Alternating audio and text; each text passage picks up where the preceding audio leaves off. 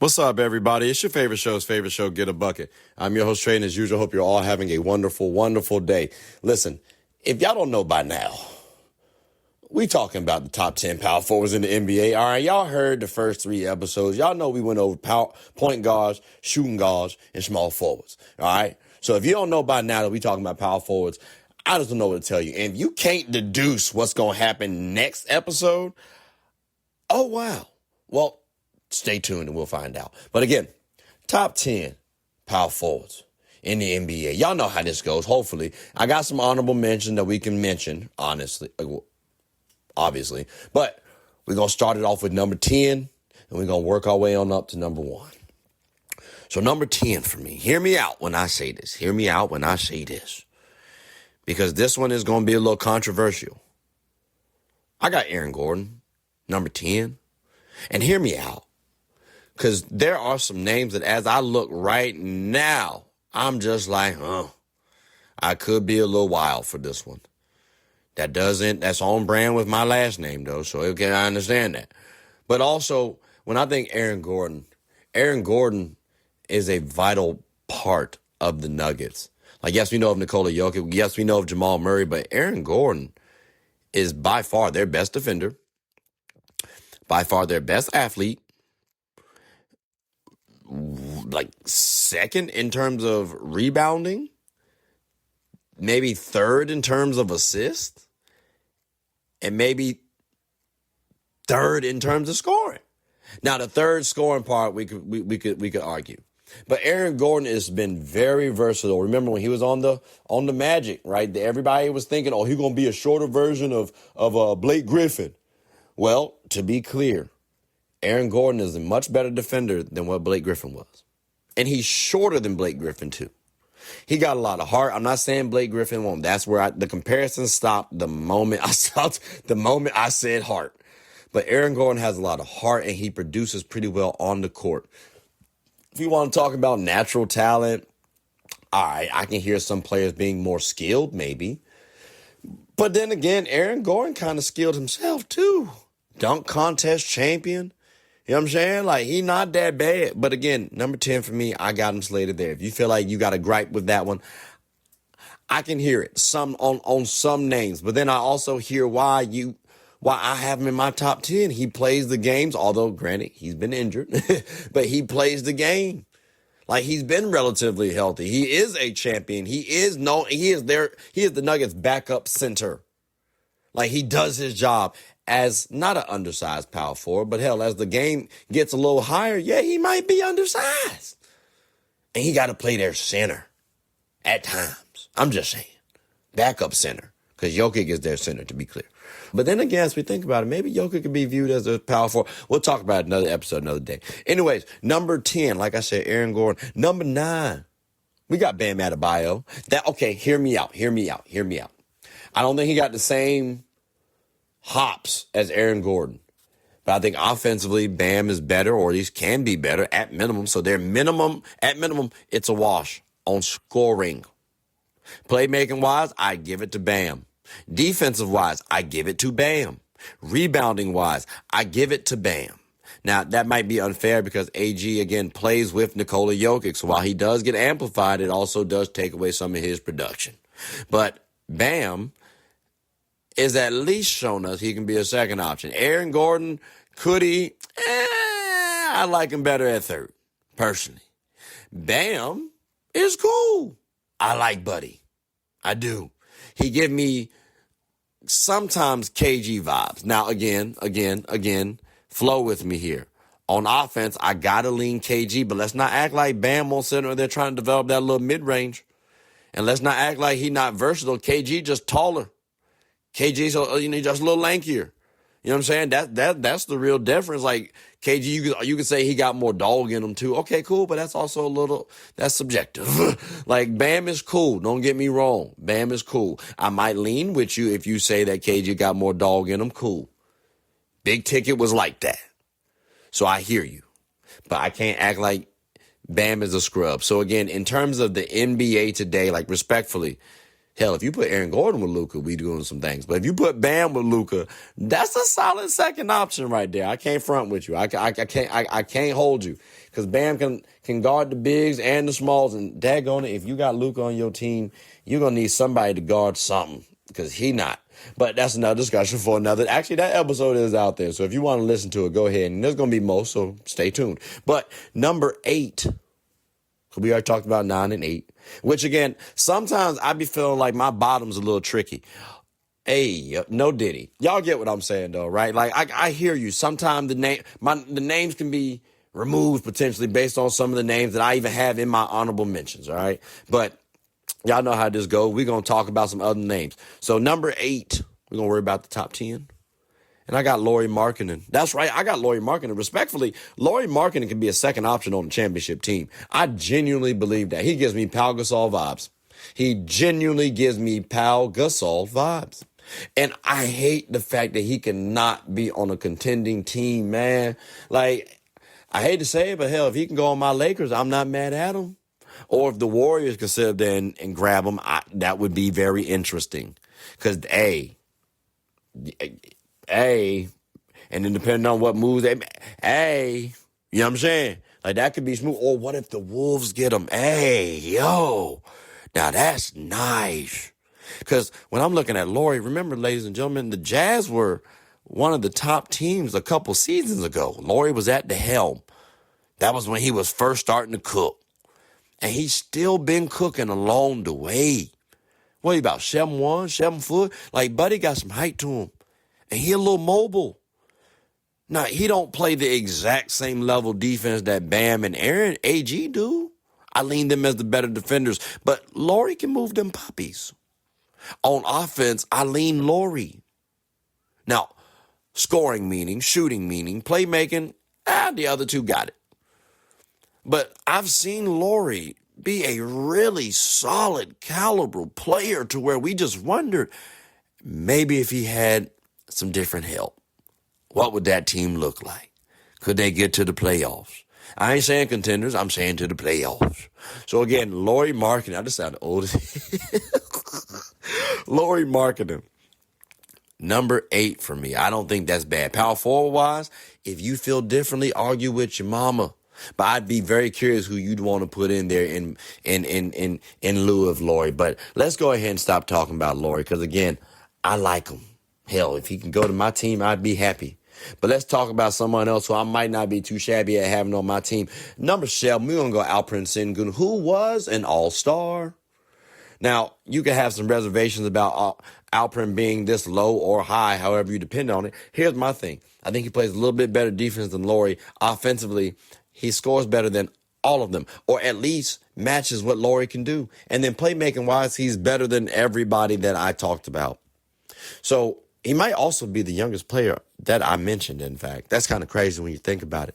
Little Charmander is growing on up, which if y'all know that reference, again, Jokic is supposed to be Charizard, Domantas Sabonis is supposed to be Charmeleon, and Alperen Sengun is supposed to be Charmander. But Alperen has grown on up to the point that he might be in between Charmeleon and Charizard. It's starting to get to that level. He definitely at Charmeleon level, though. Shout out to the Pokemon fans. But when we talk about Alperen Sengun again, he has been an all-star before.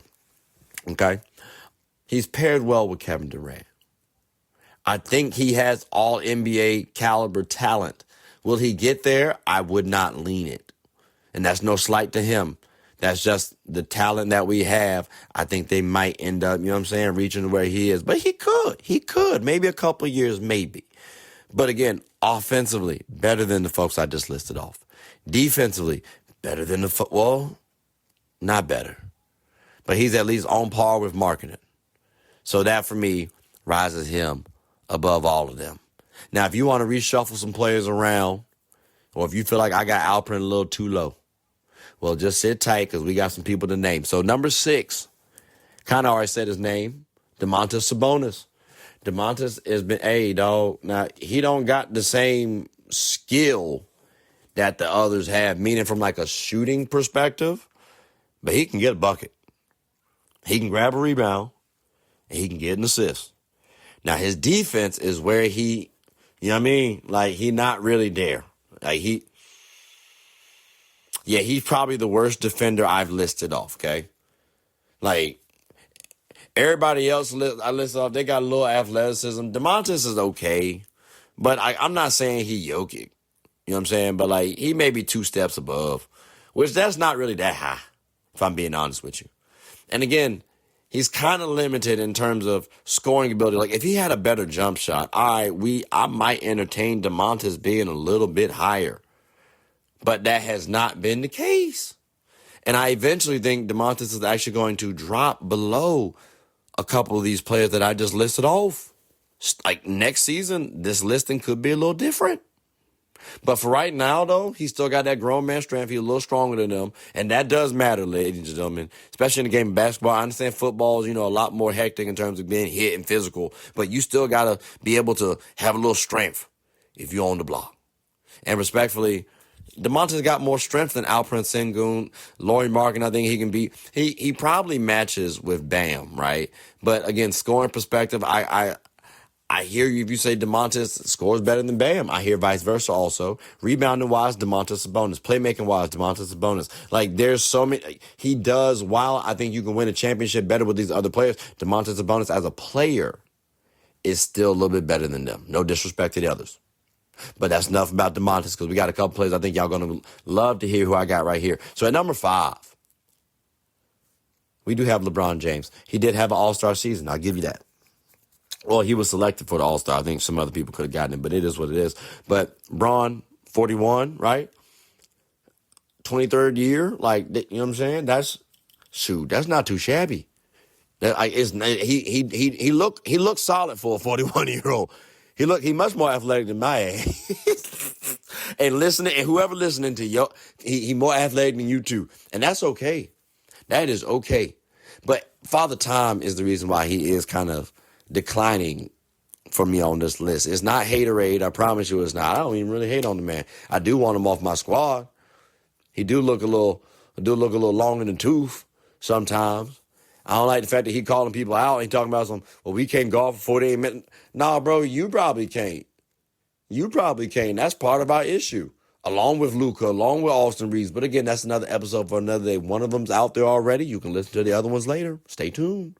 But with Braun, his age is the main reason why we decline. His scoring's dipped a little bit. His rebounding and assists are kind of, they got ebbs and flows. They got little ebbs and flows here and there. His defense not the same. He just not as athletic. And honestly, again, I got to say this too. Bron, can you get off my squad, please? Damn, you know what I'm saying? But again, Bron at number 5. Number 4. Again, I told y'all Bron getting older. So that is the reason why I got Paolo Banchero at number 4. Paolo does still have some inconsistencies at times, okay? He does. I'll give you that. But right now, I think he has surpassed Braun as a player. I'm not talking about career. I'm not talking about career. I'm talking about right now as power forwards. I have Paolo Banchero rated higher than LeBron James. And I don't think there's anything wrong with that. Now, he's missed some time with games. But keep in mind, the boy can get a bucket. He can rebound pretty well. And his playmaking is solid. And right now, his defense is a little bit better than Braun's. I just got to call spade a spade. Like, respectfully, if we had Paolo Banchero, oh, my God. Whoo, we'd be kicking tail. I promise you. We would have easily beat the Suns. We would have beat the Magic. We would have beat the Celtics. Like, argue with your mama. We would have been him. Him would have been we. But Paolo got the athleticism as well, too. Again, Braun's there also. But Paolo got fresher legs. He young. And he hitting that, 4 years into the league. Dag, we 4 years into the league, Paolo. You know he come from good stock. Y'all know he come from good stock, ladies and gentlemen. But if you got a gripe with Paolo being at number 4, I'd love to hear why. Because, again, the man is actually pretty daggone good. Former number 1 pick, same as Braun. You know what I'm saying? Led his team to the playoffs. So is Braun. I'm just saying. There's a reason why I put Paolo ahead of Braun. It ain't biased. Although he does come from good stock. It's not biased. I'm just saying. Now, number 3, ladies and gentlemen, this one might cause a little controversy here. I got to go, respectfully, Anthony Davis. Now, former Laker, He was part of that participation trophy year, right? I don't count it. I hear you if you got some gripes about Anthony Davis. I hear you on the missed games, but let's not get it twisted, okay? AD has 30-point per game potential. All right, talent. Okay. He's still one of the best rebounders in the game, still one of the best shot blockers in the game. Can almost guard 1 through 5, and he can at least be in front of a guard if need be. He can move them puppies. His only knock is that the man injured. He's injury prone. And we don't like the fact that he don't like the guard centers. That's about it. But that's his main knock. If you remember the Pelicans AD, the man was a monster. The man was an animal. If I'm being honest with you, he should have won Finals MVP in that participation trophy. Because he was our most valuable player. And it showed. The game that he played okay, but he didn't dominate the way he normally did. And we lost. So when he dominates, we win. And we won that series. Again, ladies and gentlemen, the Finals MVP should have gone to Anthony Davis. Now, as a talent, I think he's better defensively than everybody that I just listed off. You can argue Bam. You can try to argue AG. I don't agree, but you can try to argue that. Cool. Rebounding-wise, he's better than everyone. You can argue Sabonis. Okay, I hear you. Okay, I hear you. But it's a discussion. And then scoring-wise, he can score with the best of them, especially the ones that I listed off. So for me, and it'll probably slip too. He still might be able to stay up there one more season, maybe 2. We'll see how it go. But right now, he's still got enough legs to be warranted this 3rd slot. Now, my number 2, All-Star, right? You know who he is. It's Kevin Durant. I hesitate to put him at number 2 because he does still give number 1 power forward vibes. We're talking about skill. He's still one of them ones. He can give you good rebounding, give you good assists. Good playmaker. Good defense. He about 36? He's still efficient. We almost at the 50, 40, 90 club yet again. We might be. No, I don't think we at there. I don't think we there with the free throws. It's the free throws that's giving them a problem, which is crazy when you think about it. But Kevin Durant, I hesitate to keep him at number 2. I want to put him at number 1. I do.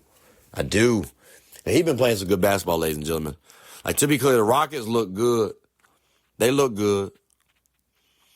He's partly the reason for that. And I can't wait to see him in the playoffs. I think the playoffs are going to prove why I think he is number 2. Because he's going to keep them in the series a couple times. Especially when Fred VanVleet's not there. Need to rally the boys real quick. KD can get you a nice little bucket. And I hate the fact that he might go up against my Lakers. Because, that's about to be BTA work. There's about to be so many problems. Yeah, I'm not looking forward to that. But part of the reason why I have him at number 2 is because, Giannis Antetokounmpo. Now, Giannis was supposed to play in the All-Star game, obviously. Injuries derailed that. Here's the thing. If we're going skill-wise, I got to lean KD. I think Giannis's age is helping him out because he's still a little spry. He got the strength. He still got the mobility. No, he does not have the same shot that KD has. But I do think KD's overall game has dipped just enough for me to say, and I say overall, he's still an efficient scorer. It's just something about it that it's just a smidge different, ladies and gentlemen. And KD's my favorite player in the NBA, keep in mind. So I'm not being biased. I'm being honest. So because of that, can he get back to first? Yes. Because, again, I have a gripe with putting him at second. Because I genuinely do believe that he should be number 1. But I also think that Giannis has proven it as well, too. And especially when he gets traded, or if the Bucks somehow get a star player that we just didn't know was going to happen. I think I think Giannis is going to prove why he number one power forward. And he should rightfully have that spot.